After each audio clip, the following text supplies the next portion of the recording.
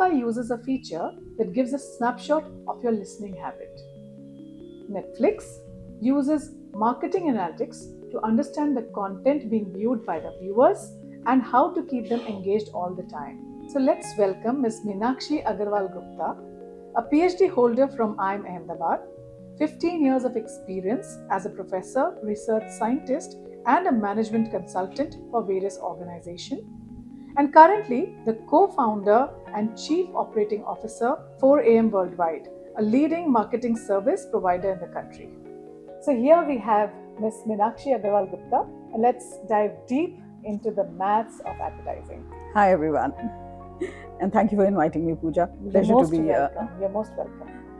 So let's start with the first question, one basic question. What was your ambition as a child?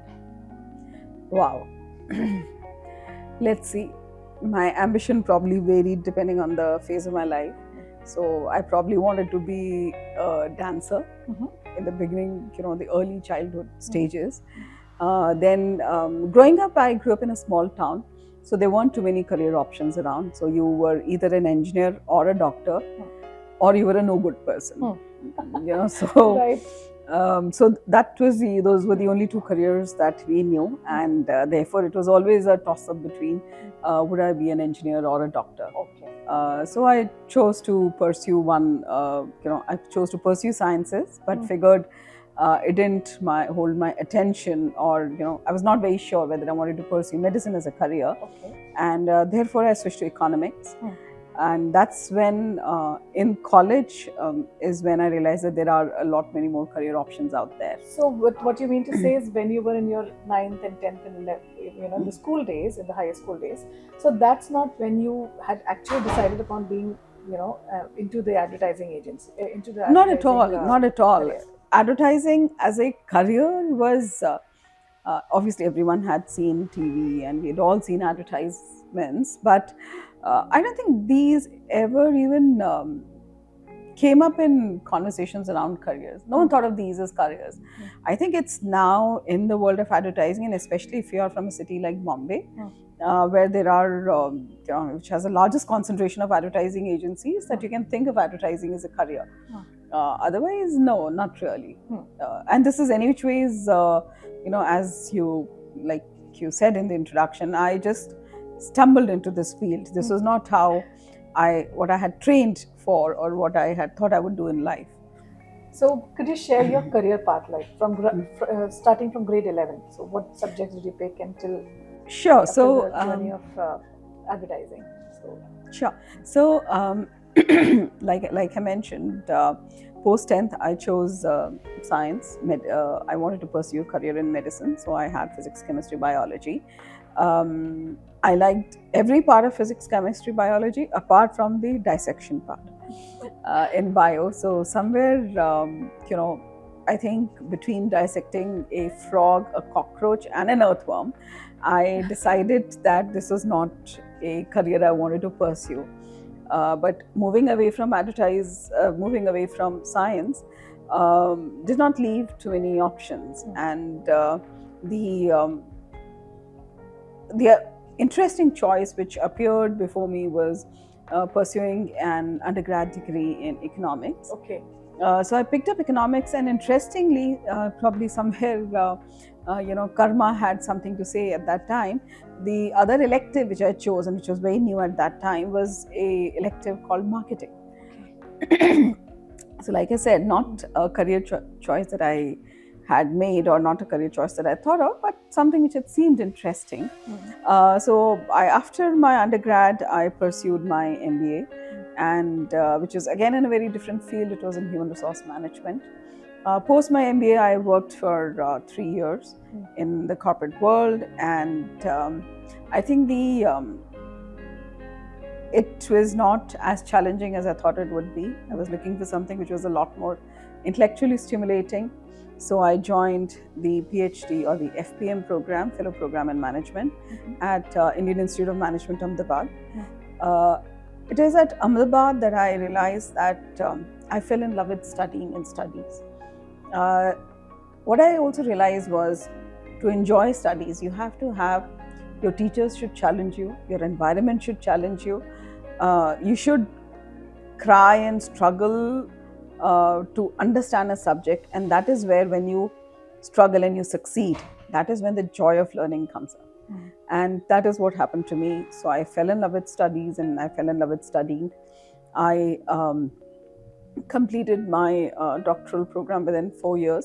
It was a full-time program, post which I chose a career in academics. Now, the way the world of academia works at a postgraduate level is slightly different from what some of your students may be aware of.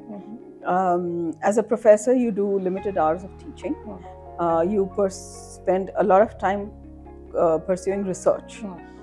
Because you are obviously trying to push the envelope and trying to understand human behavior a lot more. And the third part that any management professor will do is a lot of management training and consulting. So for the next 15 years of my career, I taught, I consulted, and I researched. That is where, if I have some of my some of the research papers that I've written, they've appeared in national and international journals. Some of the cases that I've written on organizations in India, you'll find them listed at Harvard Business School, at Richard Ivey, Ivey Publishing. I've written some articles which are there in magazines. Now, of course, I write primarily on LinkedIn. But yeah, that was my research journey. I consulted extensively for Fortune 500 companies, for mid-sized companies. I trained a lot of people on leadership development and managerial competency development, etc., etc. So, as a career, I think it was an extremely enjoyable career. It challenged me. It gave me a diversity of experiences, and I don't think I was looking to move or to make any sort of switch. However, somewhere around 2018, I was on the board of an advertising agency, and I was working with a bunch of people who were looking to set up a new company. And it sounded interesting enough for me to decide to take a career leap. And for me, it was a huge career leap because from the predictable world of academics to the absolutely chaotic world of advertising. But nevertheless, I made that jump. So 2019 is when my co-founders and we set up this advertising agency called 4 AM Worldwide. It's an agency. We are about 100 people company with offices in Bombay, Bangalore, and Delhi. We work with some of the largest funds globally. We work with some of the well-known names in the Indian industry. And we also have we work with a few government departments. So we are doing well, but there is, the world of advertising is changing rapidly. What was earlier where you would see a few ads and a few beautiful TV commercials. Now no one has the patience to watch those 2-minute, 3-minute commercials. Now everything is short form content. Everything is thumb stopper videos. It is all swipe right, swipe left. And the challenge that an advertiser faces is, how do I get the message that I want? So just to understand from you, so as a child, if I'm looking from the point of view of a child, not every child knows that, if you're sharing from your story only, that you didn't know in 9th, 10th, 11th, 12th grade that you are going to be an advertiser. You just kept building upon your academics at that time. You focused upon your maths, your physics, your chemistry, whatever subjects you had, your economics. And that's how these career choices started coming in. Yeah, right? Absolutely. So, in fact, I think what held me in a good stead was the fact that I had a pretty good foundation in maths. I had amazing teachers, and so teachers do play teachers play a huge role, Pooja. I'll give you an example.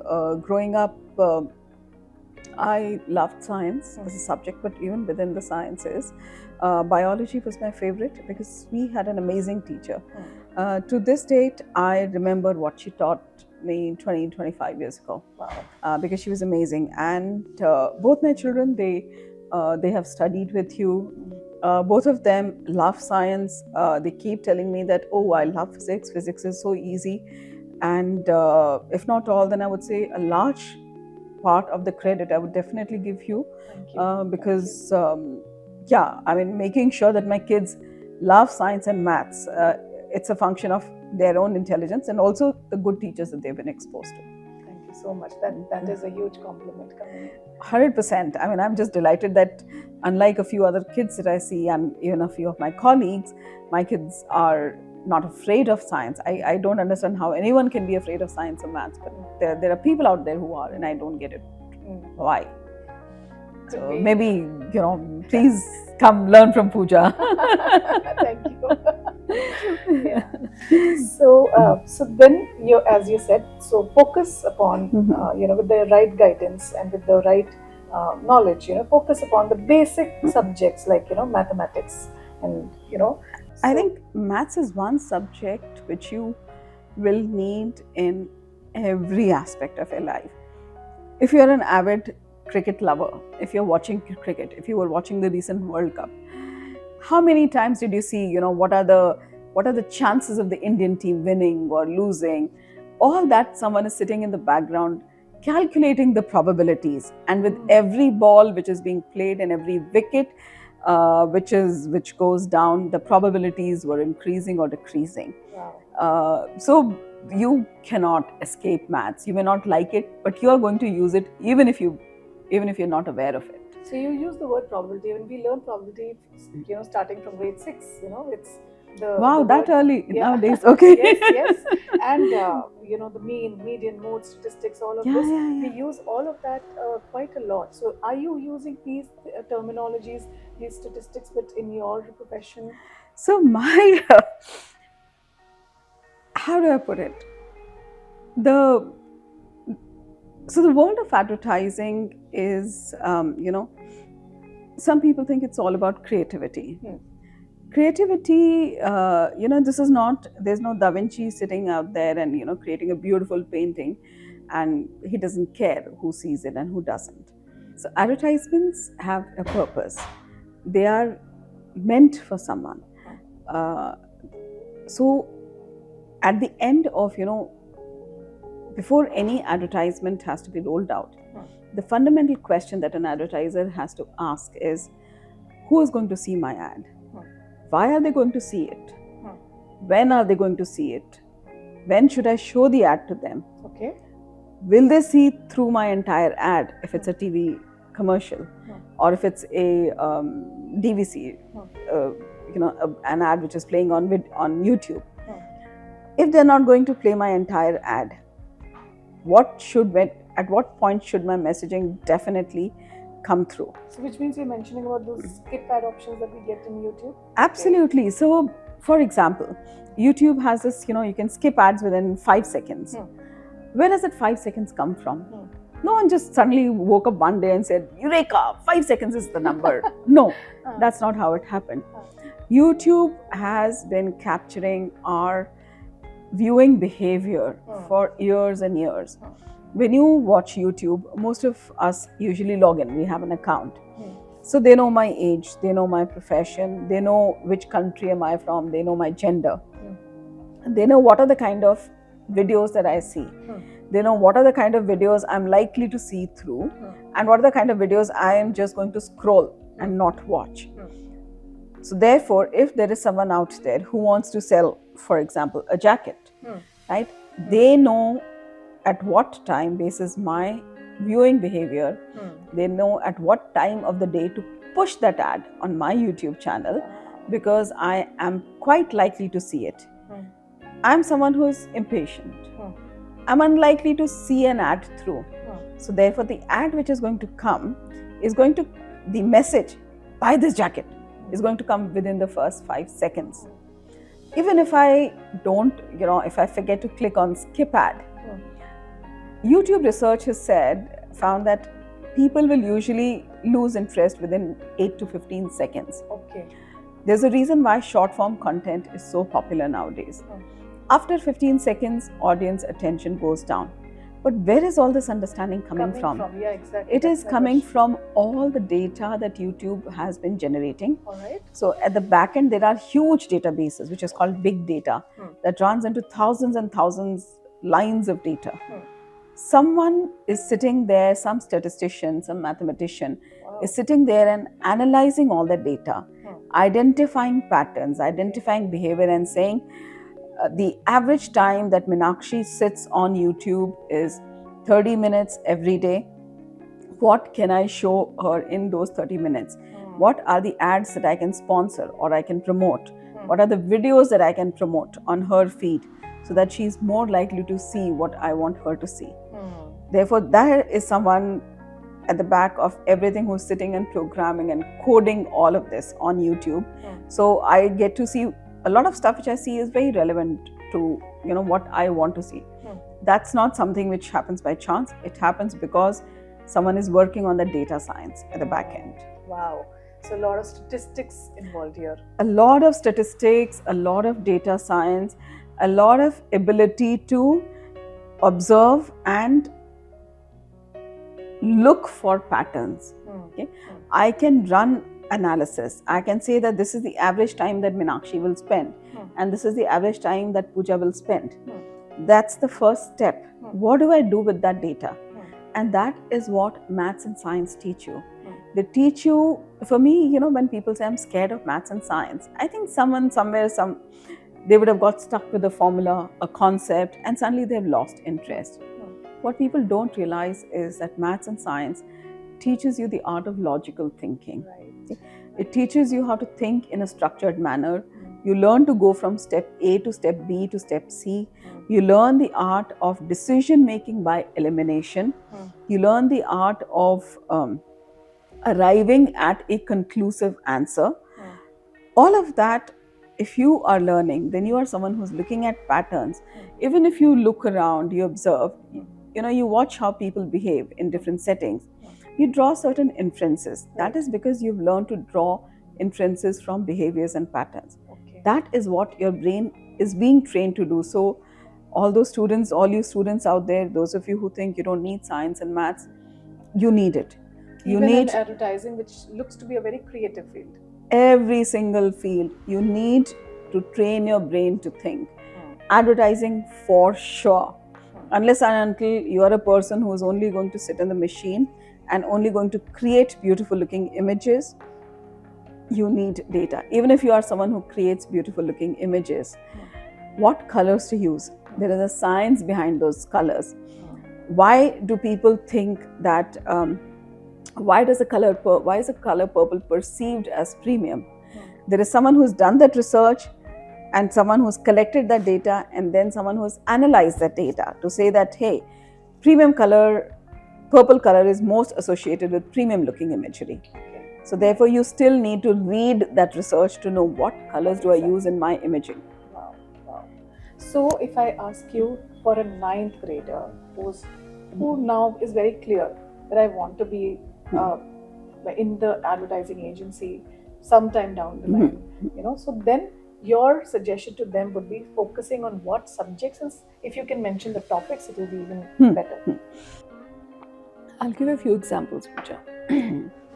I'll start with Zomato or Swiggy, because that is something which most kids would have used. Yes. Most of us would have used, if not all of us here. If you want to order, a burger, you have your standard McDonald's, you'll go there, you'll click, you'll order, right? What if someday you decide to try a burger from a different place, an unknown place? Swiggy, you just type burger and Swiggy is going to give you almost 50 options. How do you decide which restaurant to go to, which restaurant to click on? Most likely you're going to see the rating for that restaurant. Right. So anything which has got 4.5, 4.6, 4.3, 4 plus, you're likely to click on that restaurant. Right. If you are someone who's a very frequent Swiggy user, you will not only click on the restaurant, you'll also click on the rating for the dish. Now, what does that rating mean? If you look at Swiggy, it shows you the rating, and it shows you how many people have given that rating. Okay, that is not number of, it's not showing you a graph there. That is showing an average. So average of 30 people have given this burger in this restaurant a rating of 4.2. So which means someone would have given it a 5, someone would have given it a 3. But more often than not, people have given it an above 4 rating, which is why it is arriving at a 4.2. So therefore, that's the first place where you observe the usage of statistics, basics of mean, median, mode. You'll start using there. You will start calculating and you'll start using there. If you see a dish has got a 4.2 rating from 1,000 people, and another dish has a 4.6 rating, but from 3 people. Right. Which dish will you choose, Pooja? Obviously, the first one, the more number of people. The average but why? Because it's more number of people. More number of people who are giving it a rating. So therefore, it just has a lot more credibility. Correct. So therefore, you will see that a lot of restaurants, and even the Swiggy delivery boys, the restaurants, so many people will ask you to record your feedback. Right. People want feedback because user behavior is being determined by the feedback that you share. The numbers that you share. So numbers become extremely important. So that's the first thing. As a mean, median, mode is something we start in grade 6. The base 6 we start, and then it goes up. Brilliant. Up the ladder as you go up. Brilliant. Any field that you pick up. I'll go back to cricket. Yeah. What is this person's average, batting score? Right. Average number of wickets that this person has taken throughout the entire World Cup tournament. Everyone talks about averages. Right? So it is all, the world is about mean, median, mode. That is the normal term that everyone uses. If you're a person who is, and if you're a young person who's trying to bulk up, build muscle, you're going to the gym, what do? You calculate the grams of protein. How is that calculated? It is a percentage of your body weight. So therefore, not related to advertising, but something as basic as that, you will need your percentages. Which the brand will use. So if you are associated with the brand, you would need these kind of data to give, Absolutely. So the brand will tell you, if you are a 60 kg, 18-year-old, and you are trying to build muscle, please take, and this is not a recommendation from me, so please take 1.5x or 2x grams of protein per kg of your body weight, etc., etc. And there will be recommendations which your nutritionist will give you. So therefore, percentages and all this data is used in advertisements to sell your product, because the company wants to tell you how their product is so much more efficient. And this is the message. They know that if I want to sell my protein powder, I want to say that in the least quantity of powder, I will give you the highest quantity of protein. So that's the messaging. So that's the first point that I start with. A lot of advertising, again, I'll go back to the ads that you see, right? The emails that you read, and I don't know how many of the kids, receive email, promotional emails. But in email marketing, there is, and even in advertising, there's something which we use, which is called A/B testing, hypothesis testing. I will show you 2 ads on your Insta, and I will see on which ad are customers more likely to stop, hold their viewing for that additional 1 or 2 seconds, which means they are stopping. If they are, then that is the ad behind which I will put in money to boost that particular ad. That is where the concept of hypothesis testing or A/B testing gets used. I will use 2 ads. I will use 2 different kinds of emailers to say which emailer is clicked on a lot more and which emailer directly goes into spam and out. So every action that we take, every time we want to send a promote an advertisement, there is a science, there is a calculation, there is an assessment, because everything costs money. The advertisements that you see on TV, the advertisements that you see on your Instagram feed, on your Google, when you Google something, again on top you'll see sponsored. Everything is a function of how much money I can pump in, and where should I put my money is a function of the data that I have. Wow. So advertising is not just creativity and it's not just language skills, it is a lot of mathematics. It is a lot of mathematics, Pooja. There are firms which are spending crores and crores on media. The cost of an advertisement, creating an advertisement, if it is X, there is 1,000x which is being spent on promoting that advertisement. So advertising is big money. That big money is a function of the media spends. So therefore, yes, that is where all the decision making lies. Of course, the starting point has to be, it has to be an ad which evokes a certain emotion within you, which resonates within you. But there again, you will do testing. You will test to see which ad is likely to touch that chord, make you remember. I'm going to test an ad for recallability. And recallability, again, I'm going to show it to 50 people, 100 people and ask, which ad do you remember? Then I'm going to calculate the averages and then say, okay, this ad is remembered by most people. Let me show this ad. Interesting, very interesting. So we've talked so much about math in advertising. Is there any role of science as well? Oh, again, the way the field of advertising and marketing is evolving, everything that you see and you do, any QR code that you scan, there is a science behind it. There is someone who's sitting and programming all of that. I'll give you one simple example. All of us download a lot of apps, right? Yes. I don't know if you have ever downloaded a mall app.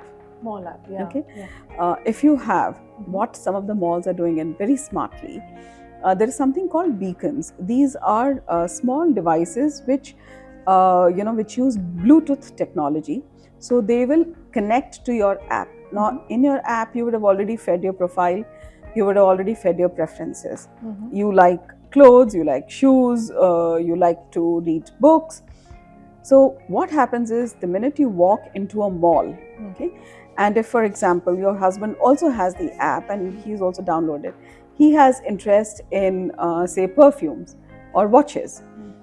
So if you and your husband were to walk into a mall, what the mall will do is, you will receive push notifications. You could receive a push notification for discount on a book or a new book launch. He could receive push notification for a new model of a watch which has been launched. So advertising has become so customized basis your user behavior, and all this is thanks to the technology which is out there. Wonderful. So one last question from you. So Sure. what would be your guidance to the students of the Knowledge Quest who are right now in grade 9, 10 and want to pursue a career in advertising, and any message for them that you would like to give? The first thing I would tell all of you is, listen to what Pooja madam is saying. She is tough, she is strict. Please listen to her, because she knows what she is talking about. The second message is, focus on understanding. I have 2 children, both of them have studied with Pooja. She emphasizes a lot on conceptual understanding. Focus on building your concepts. Practice so that you'll build your concepts. If your concepts are not clear, you will never be able to draw inferences yourself. In any field that you are, especially in advertising, you will wait for someone else to decode the data for you, and then you will always be operating at a disadvantage. Learn to love data, learn to love information, learn to decode your own data, and be part of your own decision making. Wow. What a wonderful session with you, Ms. Meenakshi. Really, so insightful. The whole concept of math in advertising itself looks so intriguing, so interesting. Thank you so much Absolutely. for giving us all that your time, your information, your adding value to this whole session. Thank you so much. Thank you for having me here, Pooja. Best of luck, everyone. Good day.